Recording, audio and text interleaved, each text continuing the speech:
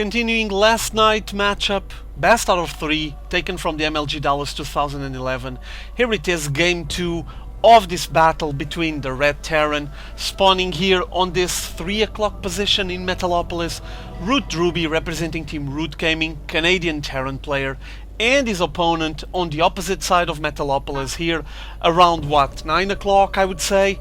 It's LiquidHuk, also Canadian player, Protoss pro gamer, been living in Korea for a while now, as you guys know, representing his team, Team Liquid, doing fairly well. He now clinched his way and grabbed the spot on Code S. Hopefully he's going to be doing well there. Obviously there's going to be a lot of strong and hard matchups ahead of him, but it's just a part of being a Code S player, I guess, and he just needs to just stand up and resist, hold his ground, and show us all that he's worth it, that he deserves his spot there. And well, after that hilarious game 1, as you guys seen, I mean, I couldn't stop laughing after all of that random talking and small talk and I don't know, and Huk talking about the game against Hydra, and well, just was a bit strange. It was something that you don't see every day going on high profile tournaments such as this one. And well, the result of that game 1, as you guys seen, was that Drewbie took the win. He basically crushed Huk after a fairly long game. He just destroyed the bases from Huk and crushed his economy, and Huk got to a point where he realized that there wasn't much for him to do anymore, and he just needed to GG and hope that he could do better on game 2. And well, here we are. Being this game 2, it's time for Huk to just focus and take the win on this one, so he can tie this series up and take it to a 3rd game. If it doesn't, well, it's bye-bye Huk soon enough, and it's gonna be Drewbie taking the win on the series and the final victory. I'm pretty sure that Huk doesn't want that, so let's see, let's keep an eye out for him, see what his plan is on this matchup here. For now, as you can see, we just have Huk arriving with his probe into the main base of Drewbie. Not much to watch for now, still no gas, at least he can take that information, which might be a sign that Drewbie is committing himself to a different kind of opening, probably thinking about the fast expand, I would say, because there's still no gas whatsoever, and he's still working out of a single racks for now. A bit of playing around on the back of the base from Drewbie, as you guys could see, with this probe, just Huk finally getting out and taking a peek at that expo. There's nothing there. Ooh, 1 HP, that was really close. And Drewbie instantly went for the expo. He was just waiting to get rid of this probe, I would say. But I think that Huk still spotted it. Yes, he did. Let me take a look here. Yeah, he just spotted it when it started. So Huk is aware of the fact that his opponent is gonna go for the fast expand. Obviously, he had a nice tell before when he checked that Drewbie still didn't have any gas whatsoever, and now Huk can start making his decisions based on what Drewbie is doing and reacting, trying to prepare a proper counter, maybe going for some really fast and hard deadly pressure with some 4-gate playing. It's an idea. For now, 3 gates. I think we're going to see something like that soon enough. Keep in mind that Drewbie is keeping an SEV here just to make sure that Huk is not going to go and try to expand as well, or when he does, he will be able to notice it. And for now, he's just hanging here. There it is, 4-gate pressure incoming from Huk. Huk is trying to take advantage of the fact that his opponent is fairly fragile at the moment. He committed a lot of minerals into getting a command center running early on to establish his mid-late game economy.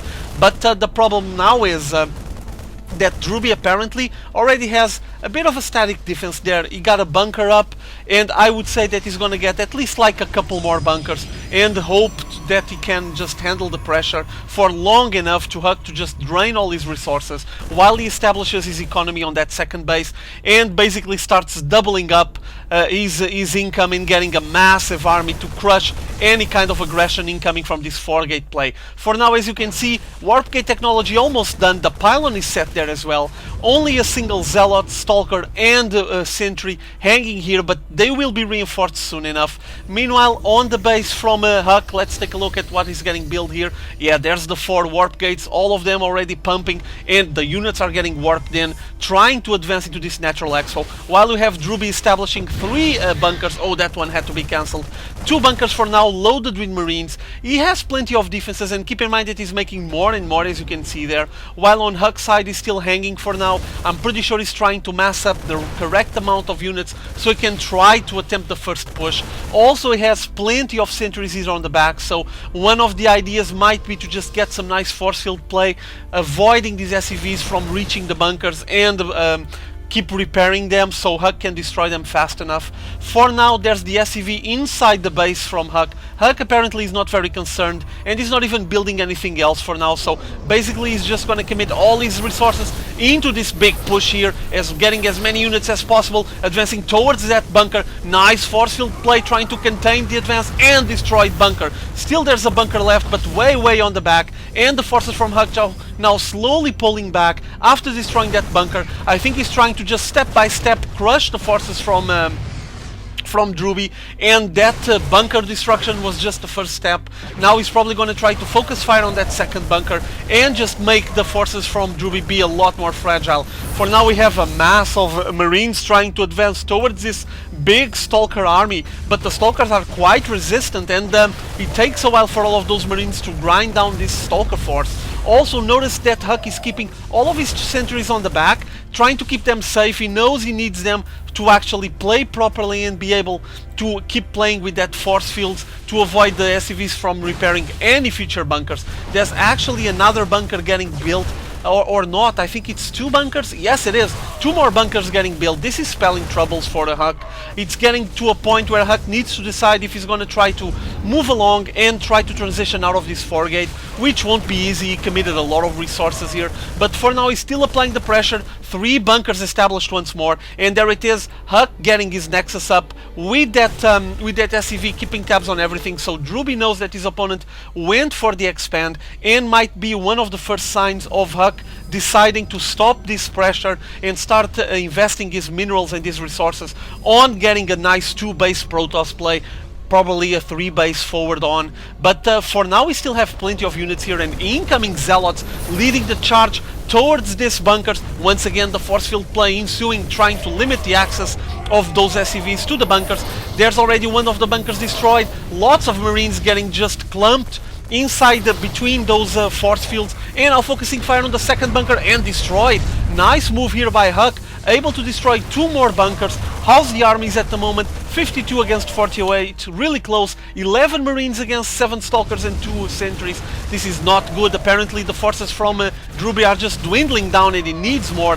Those bunkers are helping him out a lot, but still is far away from being secure here. And apparently Huck has a big force of Stalkers, keeps pushing more and more, while we have Drewbie preparing the stem pack for his Marines. Would be a massive help on this matchup here, and getting 6 more Marines built. There's a lot of Stalkers trying to poke around at this orbital command, set on fire, and oh, this spells trouble for Drewbie. Things are not going well here. Drewbie just forced to pull more SCVs out of the line. A lot of Marines streaming out from that ramp, from those barracks that Drewbie has, but this Stalker force keeps shooting more and more of them. Whoa, nice shooting of every Marine intercepted that comes down that ramp, with the Stalkers just cutting down the supplies, cutting down the reinforcements that Drewbie keeps sending down, forcing him to send even more SCVs from the mineral line. And notice that he's playing out of 6 racks now. Oh, impressive, but still not enough, because basically he doesn't have enough resources to just back up the amount of racks he has there. Incoming another small contingent, small skirmish force from Drewbie, trying to defend his base. But there's not enough Marines here for the forces that Huck still has in front of the natural exo from Drewbie, and he keeps warping more and more Stalkers. So this is getting to a point where it will be an irresistible force for Drewbie, I would say. Drewbie has been killing a lot of his workers, and well, there it is, the GG. But let's take a look at the worker count. Yeah, 36 against 22. He was basically sending several streams of SCVs to work as cannon fodder and try to repair those bunkers early on, and was killing his economy, hoping that Huck would give up on the 4-gate, but no chance.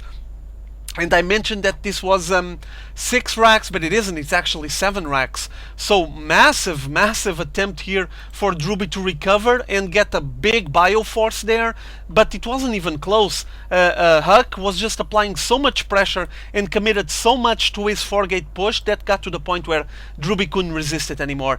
And hence GG, so series is tied 1-1. With Huck pulling out this 4-gate was close, I would say. It was a fairly long attempt by Huck, but it actually paid off in the end, with Huck taking the win here. I hope you guys enjoyed this one. Let's go for game 3 and see who takes the final victory. See you all later.